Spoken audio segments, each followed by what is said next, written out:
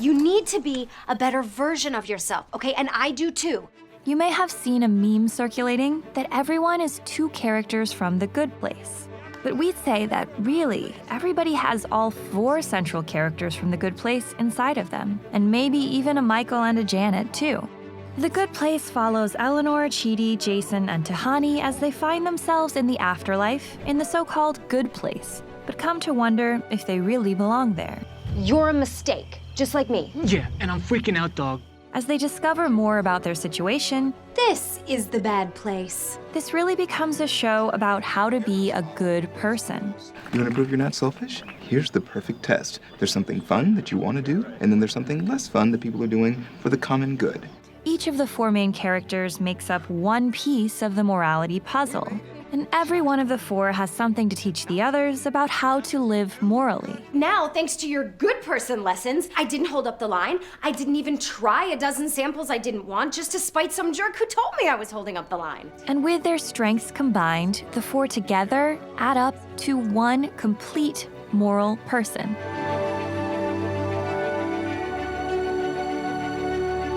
We improved each other, and the four of us became a team. Before we go on, if you're new here, be sure to subscribe and click the bell to get notified about all of our new videos.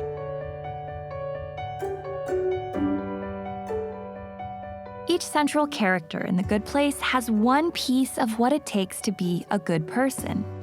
Eleanor is the will, Chidi is the conscience, Jason is kindness on a personal scale, and Tahani is kindness on a larger community scale.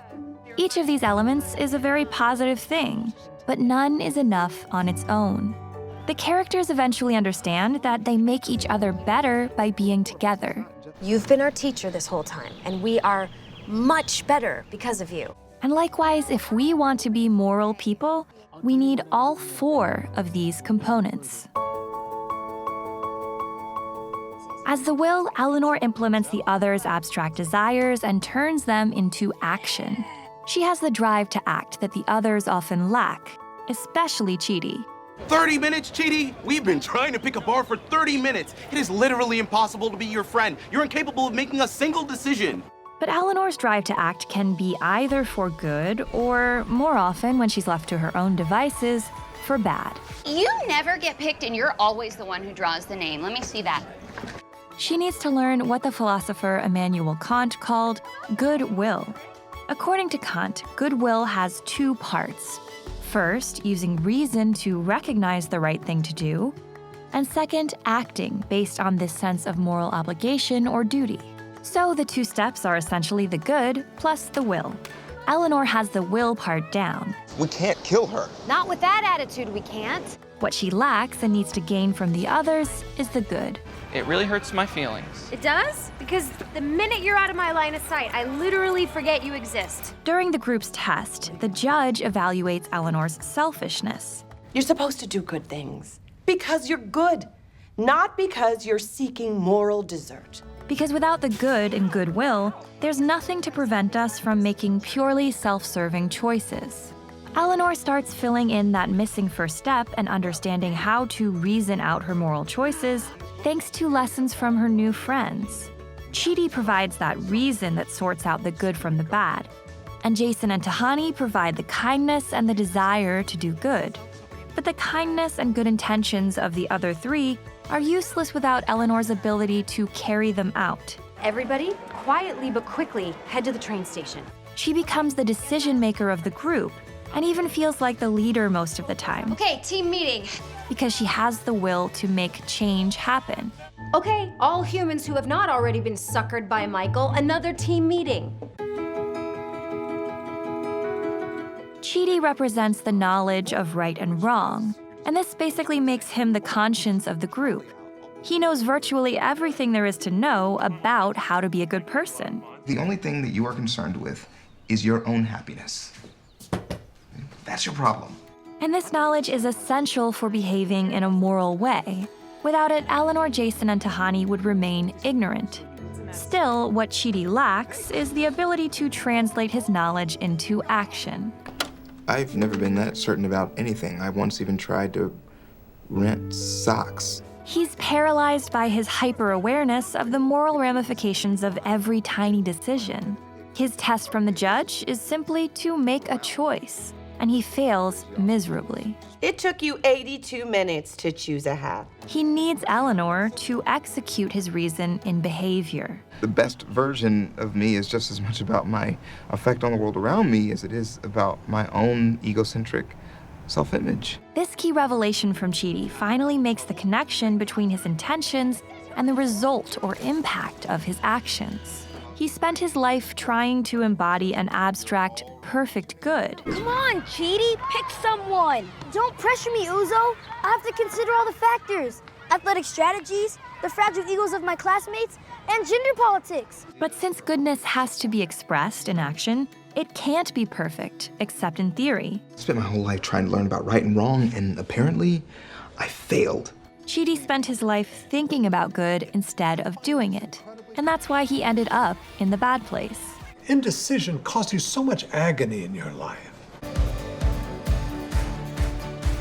Jason embodies kindness on a personal level. I'm your nicest friend. No, Jason. Unlike the other three, he actually had close, supportive friendships while he was on Earth. Or is you? Best friends! He's always understood the value of relationships with other people, which is something that Eleanor, Chidi, and Tahani are still learning. I never even had a friend I could just be myself around. Maybe I can be that friend. He's very sweet. Lately, you've been really down on yourself, but you're the most amazing person I've ever met. And his first instinct is always to be nice to people. And I promise to always be nice to you. Showing others kindness is an important part of being a good person. But what Jason needs to gain from the others, and especially Tahani, is a broader understanding of how to be good, not just in the moment, but in the long run. And if you work hard and absorb the material, you just might be able to earn your place here. No, I'm good. He fails his test from the judge because he doesn't even bother to figure out what the test really is. He sees the video game, something that will bring him immediate happiness, and he jumps on it without examining the consequences. Your test was about impulse control, but you never asked if you could opt not to play. I mean, you basically told me, an all-knowing judge, to just shut up and go away. So Jason needs to find the will to improve and develop the foresight to consider how the moment at hand affects the future. It's basic consequentialism. The morality of an action is solely judged on its consequences. While Jason is kind to the individuals in his life, Tahani represents good works for the benefit of the community and the world. She's a philanthropist who's made the world a better place in a quantifiable way. Didn't you raise like $1,000 for charity or whatever? 60 billion, actually. The results of her charitable generosity are an indisputably positive, meaningful contribution to the greater good. But the problem is that her motivations are entirely selfish. I didn't care about helping the people I raised the money for. I just wanted to prove my parents wrong and stick it to my sister, get fame and attention. Despite the good outcome, her behavior is lacking morality because it's never grounded in love for other people. And that's what she needs to learn from Jason. You're awesome. Be nicer to yourself.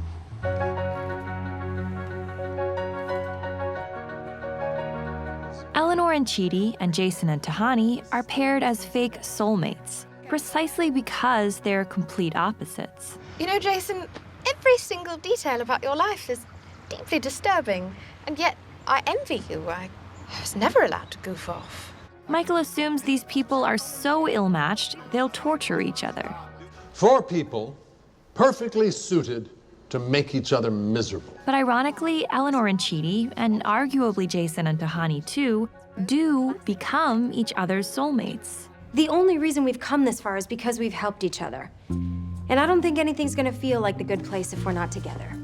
What makes them total opposites actually allows them to bring out the best in each other. Eleanor's will forces Chidi to stop being so hesitant and wishy-washy. I won't do it. And although 5 people will die, I cannot harm one innocent person to save them and forsake my oath. And Chidi is a conscience helping Eleanor decipher right from wrong. He's the voice inside her head she keeps referring to. This ethics stuff, it's hard and it's confusing. It is such a buzzkill. But it does get rid of the little voice. Jason shows Tahani the importance of sincerely meaning the kind things you do. You've helped me to see that there is more to life than just appearances. And Tahani helps Jason understand the impact of his actions. Every day you teach me something new about art and history and why I shouldn't eat everything that smells good, because sometimes it's candles. So what is a soulmate then? We might picture our soulmate as someone we have a lot in common with, who's a mirror of us, made of the same stuff we are. But The Good Place is saying a soulmate is more the thing you're missing. And opposites don't just attract, they also complete each other.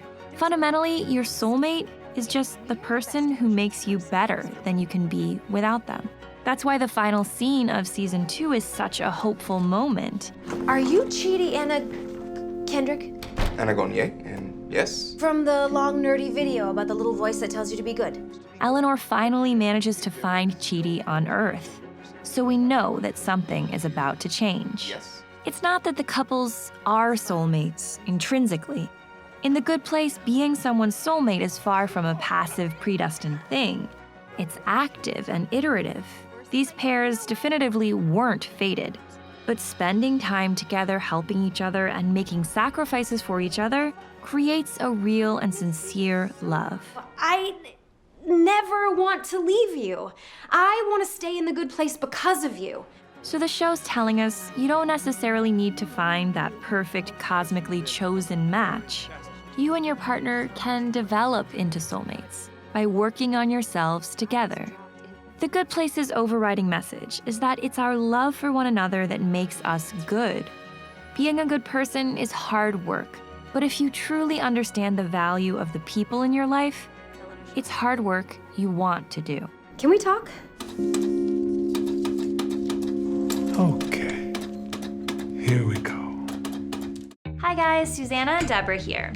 If you like what we do and you want to help us grow, one of the best things you can do is support us on Patreon. We make special polls for our patrons where you can vote for a video you want us to make. And right now we're giving away 3 free months of Mubi, a really fantastic movie streaming service. Love Mubi. We're such fans. Awesome. And we're giving that away to a limited number of patrons, so be one of the first to go check it out. The link is right here.